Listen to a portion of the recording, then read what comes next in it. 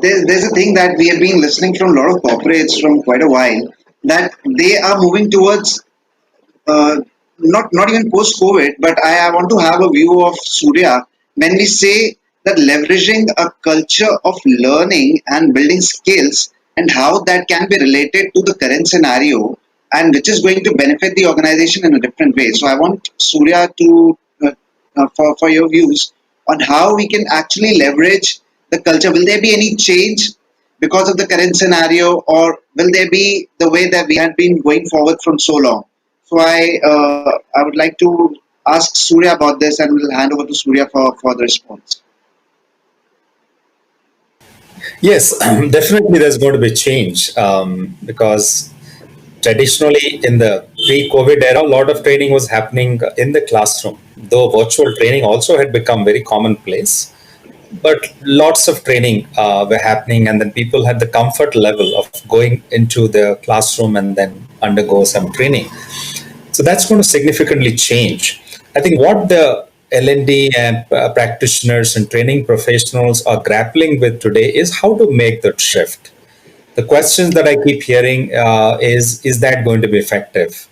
Virtual training is just a stop gap. A 1 hour webinar is just stop gap. Now, once things become normal, we'll probably go back to the old way of delivering training. But I think one thing in my conversations with my professional colleagues, one thing I kind of share with them is learning does not happen. The learning happens neither in the classroom nor in the virtual platform. Learning happens in the brain. So we need to understand how brain assimilates information, how it gathers information, how it processes information, how we reflect on information, on data, on visuals to form our own ideas and concepts, and then how we actually test it in the real world. So if whether we are in a virtual platform or in a physical classroom environment, if we engage the learner in the learning process, if we engage the brain of the learner, if we make sure that there is enough opportunity for the learner to watch, observe, see, and analyze, reflect, create, and test. Testing in the old world also did not happen in the classroom. It happened in projects, live assignments, etc. So if we can enable that, I think we will definitely make a big shift. Secondly, whether irrespective of the platform, whether it is physical or virtual, I think what is very important is this: what is a key driver of successful learning is the relationship between the trainer, the facilitator, and the student or the learner. So if we continue to drive the relationship, we continue to focus our attention, pay our attention to the relationship between the teacher and the student, the faculty and the learner, the facilitator and the learner or the participant, if that remains intact, I'm not really concerned. I think the culture shift is going to be in the mindset. We'll have to really understand the true essence and meaning of the neuroscience of learning, how brain learns, how human beings retain information, how can they memorize, why they forget something, the attention span of the human beings. Human beings they lose attention every 7 minutes. It's very difficult to kind of retain their attention beyond 7 minutes. So, what are the strategies that we bring into our learning interventions, where we bring about a shift? We do something different every 7 minutes to retain the attention of the audience, and so on. I think that's where the shift has to happen. And I see definitely L&D practitioners will struggle a little bit, but I think with the right intent, with paying attention and spending our time and energy in understanding the science behind learning and making the right adaptation of our current curriculum to the needs of the new world, I think we'll be able to make a difference. And thank you so much, Surya. But that leads to not so connected, but a kind of a question that I want to ask Mr. David. that this kind of question that we have received from the audience, that we understand about upskilling, we understand about reskilling. There's very integral part in corporations that you absolutely will agree to, that is executive education. For the people who are already there, who are working or looking for executive education, maybe looking forward to a bigger roles, much better roles in the organization itself. So I want to ask you, what impact is COVID-19 is going to have on delivery of such executive education, and what impact will it have going forward? Yeah. No, I've been quoted also recently. I share an example of the mid 1940s when Hewlett Packard was hiring its people. You know, it was post war time. All companies were actually letting go of people because they couldn't afford them. Hewlett Packard also did not have did not have some great financials or resources at that time. It's a fledgling company. But they started hiring some of the best brains at that time. And what happened was 10, 12 years later, these people, really contributed and made HP, what it is even at that time, over 10, 12 years later, and it's a giant even today. So somebody asked the founders, how is it that, how could you afford to hire these people? And a tongue-in-cheek response was, how could we afford not to do it? How could we afford not to do it? And I'm very happy that, many colleagues, though many businesses are impacted in the Tata Group as well, in the very spectrum of it, but people are investing in exec education. Whether we like it or not, as an organization, individuals are investing also in themselves. So that's the situation. So the innate urge to go ahead is important, but for organizations, the key message is that we need to invest if we have to stay competitive, as I said earlier, if we have to increase the value. Now, coming back to this situation again, what I made my opening comments about the last scene of the Karate Kid, actually, this whole aspect of virtual live programs is a lot more exciting and can be more creative than a live classroom. Okay, can be a lot more. Let me give you an example. For example, when we are in a physical classroom and we have breakout rooms, and we tell people go for 10 minutes, discuss and come back. And typically, even Surya will bear me out that 10 minutes is not 10 minutes, it becomes 20 minutes. Then you keep saying, reminding, so tell them to come back to the room. Someone says, oh, we got to have a cup of tea or whatever it is.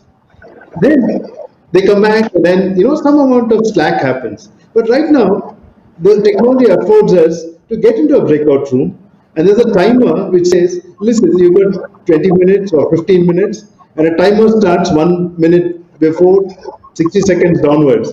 Then you automatically go back and virtually you type, and whatever plenary discussions you had can be put in the main chat room. It's very quickly done. It's all done in real time. The challenge is therefore on the facilitator to process multiple things quickly. Let me give you another example. When you ask a question in a classroom, then people put up hands and say, I want to speak. They're not you. And at best, how many can you do? A good facilitator can take about 4 questions. But today, in a class of about 25, 30, you can get all of them respond at the same time. No one is shy. Then you have interesting tools. Like I used a tool called Mentimeter, where you get group of people. And only when I used it, I realized the potency of it, right? And how technology is enabling us. So I asked, how are you feeling today? You ask this in a regular classroom where you can see people. People say, we're feeling good, we're great. Someone will say, I'm good. Then you know he's not good. You can visualize it. But actually, in this particular instance, I had people said, I'm irritated, I'm tired, I'm annoyed. At least 3, 4 people. Now, this kind of candor, you can't get it. So now, as a facilitator, I had to think on my feet and say, how do I respond to it? So I think, for executive education, it's there. This is a great opportunity if you are able to actually leverage it and creatively use it. Many people are trying to do what is in a classroom virtually. That won't work because attention spans, I've already said. Surya has mentioned about neuroscience of learning. So attention spans are low, and people processing power is also high, right? Engagement is a key thing. Accountability is a key thing. I think you can factor all these things. I think we have a great opportunity to make it better, more efficient, productive, and effective. And that brings me to a continued question for Mr. Mohapatra. That, like how Mr. David said exactly, do you think this online learning delivery is going to be a mainstream thing in the coming way in the moving forward? I personally believe it's going to be a very key component. And as one of the panelists in the previous session was talking about blended learning, I would continue to see blended learning, but online learning is going to become a significant component of that. And online learning is not just live classroom sessions. You also can bring in a lot of digitization where you can complement that and supplement that with technologies like augmented reality and virtual reality and so on. And then self-paced learning and then videos and mobile learning and all of that. I think the way I look at the future of learning is more largely about technology driven learning. And so I'll move forward to a question where I wanted to understand, since we have two big giants, two big corporates with us, I'd like to continuously ask you that how do Wipro is promoting this continuous learning, workplace learning as a healthy practice within the environment? How's Wipro doing that? Yeah, I think as most of you know that you know, COVID or no COVID, even before in the pre-COVID era, traditionally since its inception, Wipro is known as an organization which focuses tremendously on learning. As we say that we have contributed more than 50 CEOs to the Indian industry. Uh, Leaders who worked in Wipro in the past went on to become CEOs of other companies in the future. So it's a finishing school. It's a great learning. It's a center of learning for people who join. And now, how we are promoting the culture of learning today and the culture of continuous learning, I think we are focusing in a way when it becomes a DNA of our organization, and this is driven by our leaders.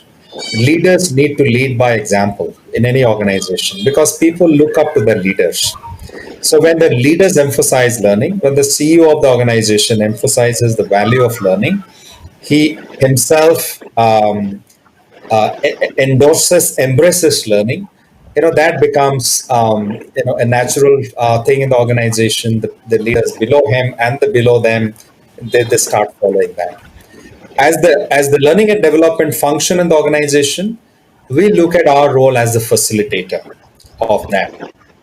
We do not look at ourselves as a function which is responsible primarily for imparting knowledge or imparting skills, but we look at ourselves as a function which is a facilitator of continuous learning.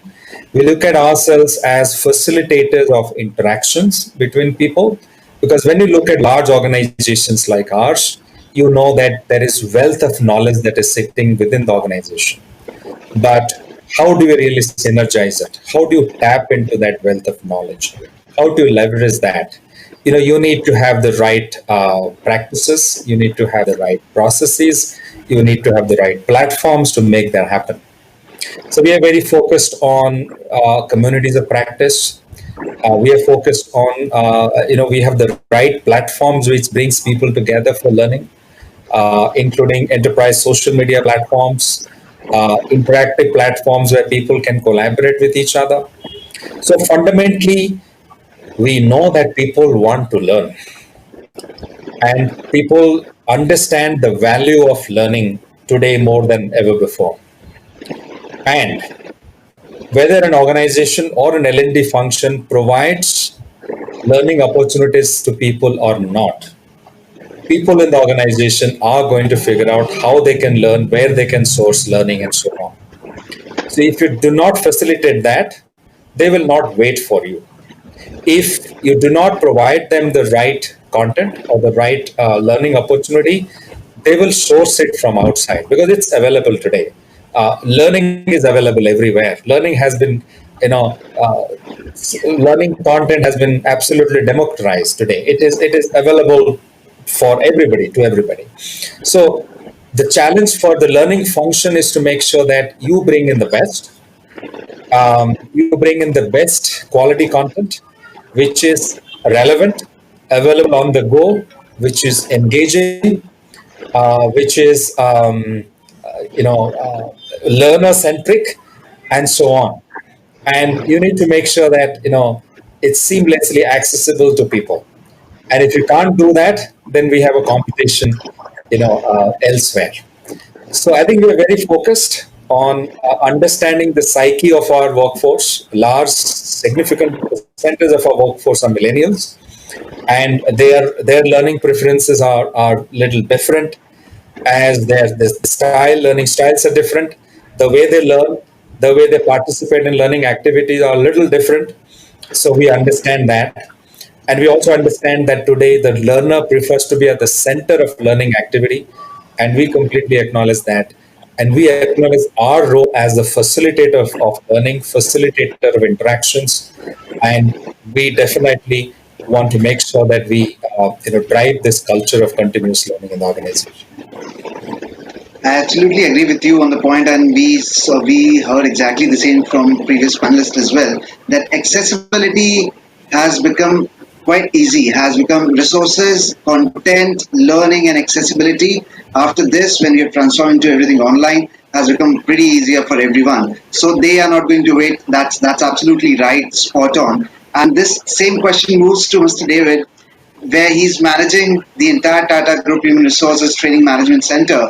And I was having a discussion with him the other day, and he told me that he starts from 8 to 9 in the morning and he wraps up the day by 11:30. I was on a call with him 6 in the evening, and he told me, Akshay, I'll give you a call in 2 minutes. I'm going to have my lunch. So Oh, that's on that line, I want to ask Mr. David that how Tata is promoting this continuous learning culture and the workplace learning. Let me give a little background. We go back in history a little bit. I'm at the Tata Management Training Center.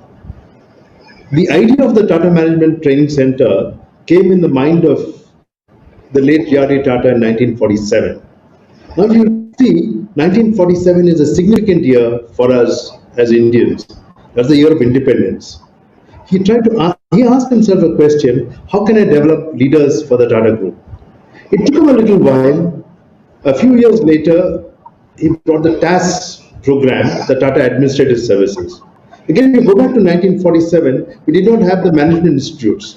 The first management institute was 1952 FMS Delhi, and we did not have air travel or even train travel for that matter of the level which is there. So he thought about a center to have leadership development. And it was set up in 1959, wherein there were three objectives. First and foremost, to develop a leadership pipeline for the Tata. The second is to see that we embed the Tata values and culture into them. The third is to have networking and fellowship with other members of the group companies. And those objectives still hold good even today. So I want to also tell you another secret. We are the second oldest corporate university in the world.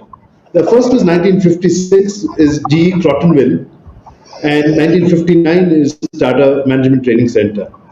Okay, so this whole aspect of linking leadership development, learning to competitiveness has been there even as old as our independence. So it's been a way of life, and people have been coming here. And we've been doing a melange of programs which are responsive to various needs of companies. In fact, a nice point for us was that 2 years ago, the Global Consortium of Corporate Universities conferred on us the award, a bronze award, for giving business impact. That means what we do is having an impact on business. So that's an important aspect of it. So having said that, so we're looking largely at leadership development, then we look at functional excellence programs, then the pedagogy itself is interesting. So the culture is critical. One of the things we tell participants is that this is a safe learning environment. What is safe learning environment means that we are not going to tell anything which is not, which what happens in the class remains in the class. And that has actually led us to bring out some very interesting innovations. So many of the products, some of the products have actually been conceptualized in the classrooms here. Very interestingly, also collaboration between group companies have happened in the classrooms over here. So that's the kind of thing which is there on the work which we do. So coming now to a context like this, we are kind of geared up. We realized, I would say, about a year and a half, that our portfolio was largely physical classroom. I mean, how do we kind of blend it? One of the reasons for blending, with online and the self-paced was for me personally that when you have a cohort of learners, you need to bring uniformity in the kind of their level of understanding. Otherwise, the slower learner determines the pace of the class. So when you have a blended approach, for me, was a very important aspect that you could actually, look at aspects which are of application and evaluation rather than just understanding and awareness. Okay, so we started building a platform. Now we partnered with different people, and some of our partners, a few weeks ago, Edcast, who's one of our valuable partners in giving the LXP, right, and the TCS Ion, which gives us the LMS, is actually showing us the various possibilities technology has in making learning interesting, self-paced, as well as virtual live, and with the nudges. And what's the best thing? The previous speakers also spoke of the AI and stuff like that. We are able to actually, customize the learning for individual executives through the AI bots. That's another thing. Another thing, what we started about 4 years ago is unconventional learning. And Surya also used the word democratize learning. And for me, that's something passionate. I mean, it should be affordable and it should learn at your pace. So we're taking people who are stimulus. Like we went and saw a fishing village, and understood and listened to them how their economy works. Or we went to the Vikram Sarabhai Space Center and listened to the project managers who put one of these satellites in space. And then the people got together, discussed, listened, and from their own context, they said, hey, what is it we can see from unconventional learning? And that has actually become a force multiplier, Akshay, in thinking about this engagement, and then it stays in the mind. People have a very high recall, and they apply it. They may or may not apply it immediately, but definitely later they apply. And what gratifies me is that people are saying, hey, we've done this. You remember 2 years ago we did this, and it makes sense. Then the other aspect which we are doing a great deal is also on enabling people have a closer look at themselves through psychometric assessments. Some of our participants come, and then we look at some of the best-in-class tools. And for a leader, when he has a very closer look at himself, then he's able to make that shift. It may not be dramatic, but a little shift will make a difference. And for the end of it, it makes an impact. So I think we have a lot of opportunity. And let me give you a few more statistics. My team actually supported me in going online, and we started delivering webinars. Till date, we've done 62 webinars, right? And therefore, we've had about 40,000 Tata employees actually listen to them. We had a melange of speakers on various aspects. Very interesting. We had a heart surgeon, a heart transplant surgeon, talk on delivering mission critical projects. We took learnings from that. So it's also for people, it's kind of exciting. Let me see what the heart surgeon's got to say. So I think this current situation, the sky is the limit. We can do a lot of things, and we can work, we can collaborate.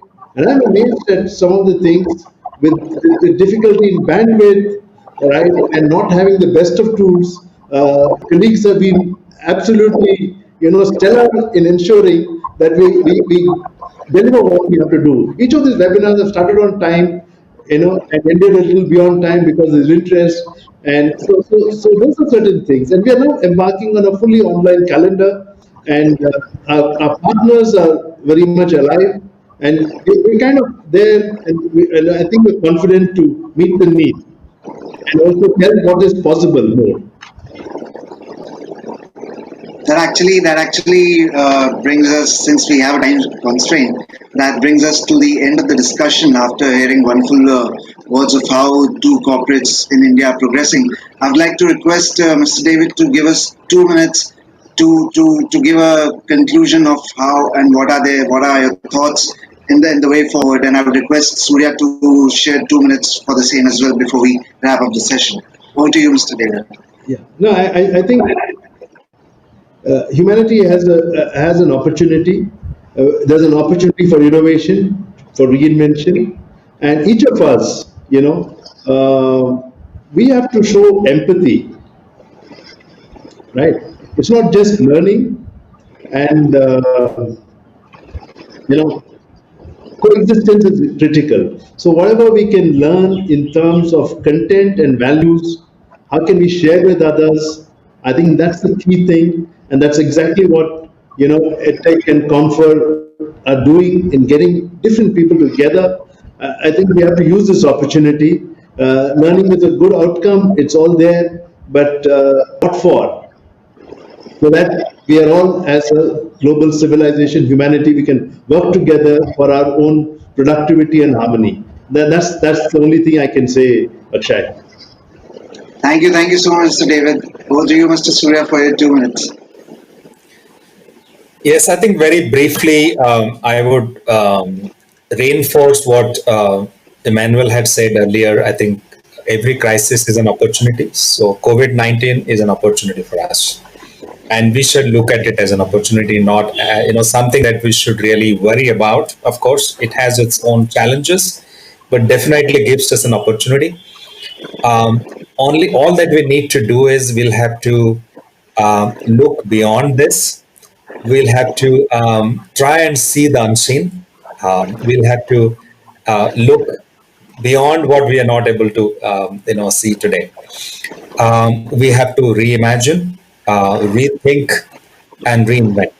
I think that's the only way we can succeed and thrive. It's the age of reimagination. We'll have to reimagine our roles, the way we do things, the way we go to our customers, the way we interact with our people. We'll have to reimagine that. We'll have to rethink and then reinvent. I think that will definitely help us thrive. That's what I would say at the end.